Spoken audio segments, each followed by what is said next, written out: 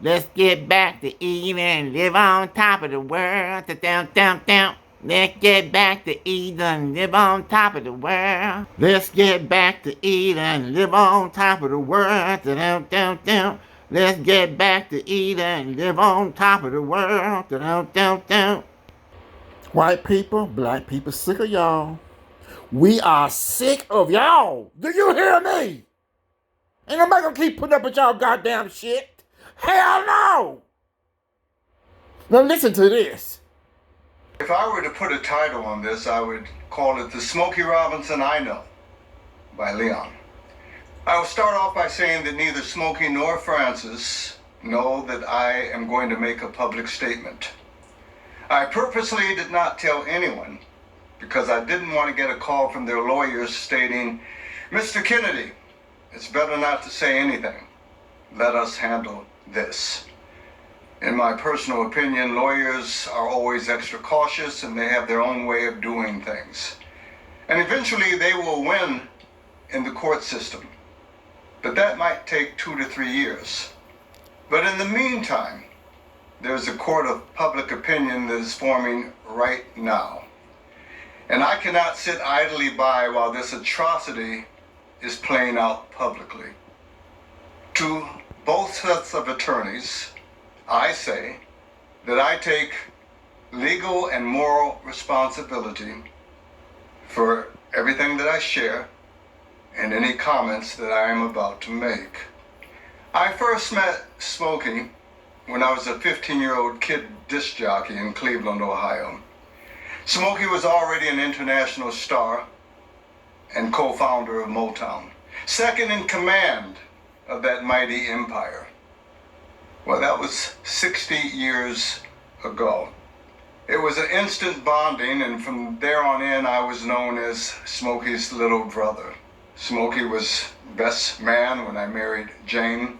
I was there for the birth of all of Smokey's children. I'm their uncle, and we've had a total history together throughout all of the decades. When Smokey was dying of COVID, I got a call from Francis saying Smokey's refusing to go to the hospital, and for good reason. Many people went into the hospital and they didn't come out. But Francis said, "Leon, you're the only one that can get him to go to the hospital because only in the hospital can they administer this special treatment that they want to give to him." I went by the house and I simply said, "Smokey, you've got to go to the hospital." "I don't want to go." I said, "You've got to go, and I'm not going to let anything happen to you." I rode in the back of the ambulance with Smokey, not caring that I was in close proximity, exposing myself to the deadly COVID. I say all this just to show that we have a history and that we're very close. The morning that the news broke about these sexual allegations, I was first alerted by my former wife, Jane, who called me stating, "Leon, have you seen or heard these accusations?" Which I had not. I immediately called Smokey's house and said, "Maureen and I are on our way over." When I got there, he was up in the room watching the press conference that was just getting started. I sat there with him. I saw his expressions, I heard his comments as this atrocity of a press conference played out. I will also say that throughout the day, calls were coming in from major stars and other people from all around the world, stating, "We know this cannot be true. And Smokey, we're here for you." So let me begin to break down these comments from my perspective, with things that I have seen and things that I do know. I will first say that I do not condone any type of violence upon anyone, but in particular upon women. And if I even thought that Smokey had done any semblance of these things, I would be the first to say, "Smokey, not only do you have to deal with the police, but we are going to get you some deep, deep psychiatric help, because this is sick and utterly out of control." I I've been in ministry now for over 20 years. And all I can say to you is that right is right and wrong is wrong, no matter who you are or what your status is. But in this case, I must say that the Smokey Robinson I have known for well over 60 years is incapable of doing what these people have alleged. They have depicted a scenario of a wild, crazed, animalistic human being. And that is the antithesis of the Smokey Robinson that I know. And for all the thousands of people that have met him and love him. I'm beginning to write my autobiography. And when I talk about Smokey, I say to people, if you ever want to meet one of the kindest, most laid back, the epitome of cool and love all wrapped into one, then do yourself a favor and meet Smokey Robinson. In show business, and I've been in it for a long time, over 60 years, I have seen many, and the nicest way that I can put it is arrogant buttholes. They've gotten way, way too carried away with their little bit of fame. However, Smokey has always been the opposite. He's always been overly gracious. Having been a star since he was 18 years old, and yet you'd never know it. He's a very humble man. I can't tell you how many times we've been together eating, and in the middle of him putting his fork up to his mouth, somebody will come up and say, "Hey, Smoke, can I have an autograph?" And out of hundreds of times, not once has he ever said, "Can you come back after I finish eating?" No. He's always jumped up, given the autograph, taken a picture, hugged them, and shown them some love.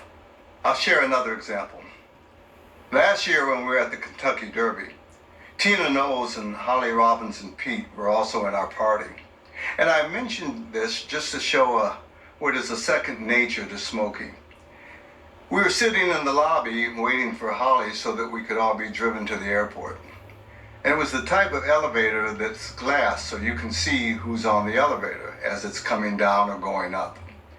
Well, Smokey was sitting in a position where he could see the elevator. My back was to it. But here's my point.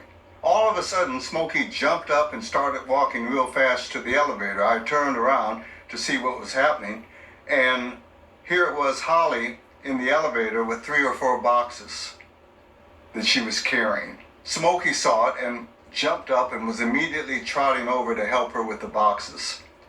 Now, I must say that security was standing right over there. He could simply have said to security, "Hey, will you go over there and help Holly with the boxes?" But he didn't do that. He jumped up himself and immediately helped Holly. Well, that's the kind of graciousness that Smokey has always exemplified. It exudes from him. So now, let's get into these allegations. I'll start by saying with this Me Too culture, it's not just in Hollywood, but it's in all work environments and in society in general. Certainly men have taken advantage of women. In my own life, I know when men have tried to cross the line with Jane or with Maureen, when all they were trying to do was work as actresses. And I've had to straighten out several men that got out of line. However, we must also state that many women have been opportunists and have certainly used their looks and sexuality to get whatever they desired out of a life or career. So with this Me Too movement, I will say that certainly there are corrections or adjustments that need to be made, that need to be adhered to for justice. But usually when it comes to corrections, at the beginning of a corrective paradigm, the pendulum is always pushed too far in the opposite direction. And so it is with this Me Too movement. Now, too many men are found to be guilty upon accusation. Case in point, there are several men that I know wherein they were manipulatively and falsely accused of wrongful actions by women.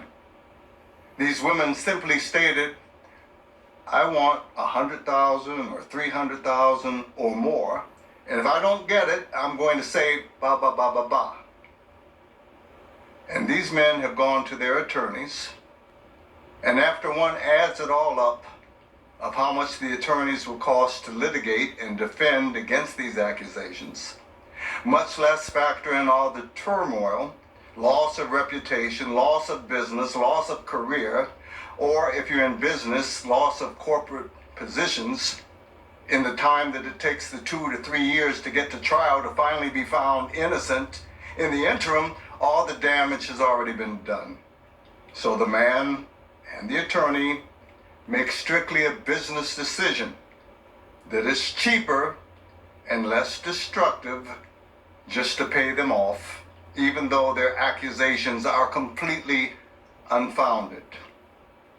And for those of you that are watching, believe me, this happens every week in this society that we now live in. It's strictly a cost of doing business.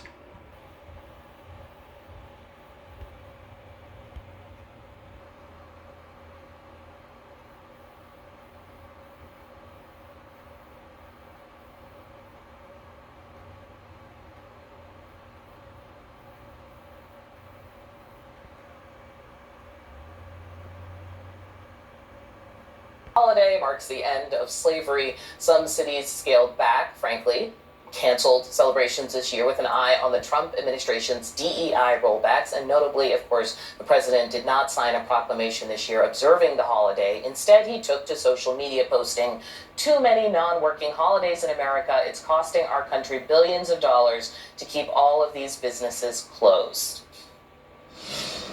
Has the White House had their Juneteenth celebration? Did it happen? Is it going to happen? We have 11 federal holidays. And by the way, the workers are fine. They're getting paid time and a half. You don't want the holiday. This holiday specifically. We have way too many holidays. We got President's Day, that can go, but maybe that's what he's talking about. Let's just see. Okay. My Twitter is not having it. Black social media is like, you can, no. As it said, heavy Negro spiritual side. What do we make of America's short-lived awakening and reckoning?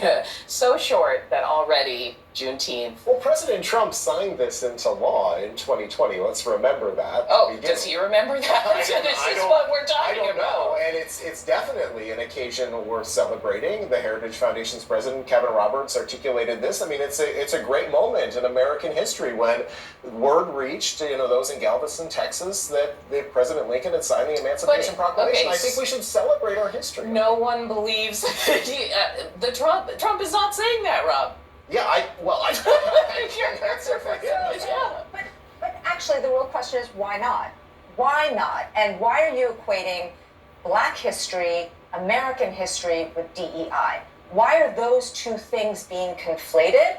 And that is a very important question because everything is getting sucked into this moniker that the Trump administration wants to kind of, push on us.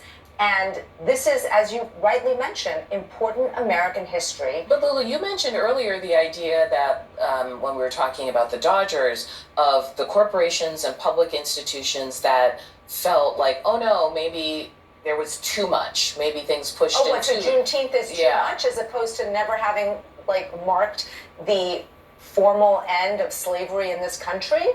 That is somehow Yeah, because I'm trying to make sense of the cities that are pulling back. I think Lulu made a good point, though. It's like this administration is trying to equate the history and DEI together, and there's clearly has to be a moment at some point where we recognize our history. And I think a day like Juneteenth, like yesterday, it is a moment to learn about it. And I think actually CNN did a great story. I think it was Victor Blackwell did a great story about connecting these families or ties together. And I learned something. Yeah. And I think that's really interesting. So that's like a day like that is a good time to learn. Yeah, but it's certainly a culmination of politics that we have heard for the last 2 years going into the election about diversity, equity, inclusion, But as you But said. this is the thing that worries me is that, we are losing so much of what makes America America with the fear of speaking out, with the fear that you're going to be punished because these companies or these cities or these states are not taking these actions because they might want to. They're taking these actions because they're afraid of what the federal government will do. But Lulu, can I raise something? So here is the Metro section of the Washington Post. This is a crowd celebrating Juneteenth, and it's mostly black. And what made that moment what it was, why we ended up with a holiday, was multiracial crowds forcing this kind of cultural conversation. Where are the white people? I mean, this is part of the conversation, as you said, of standing up. These people are in the street. Why not everyone else? I mean, They're embarrassed. Their history is totally embarrassing. Who would want a history like that? Nobody. Nobody. It was multiracial crowds forcing this kind of cultural conversation.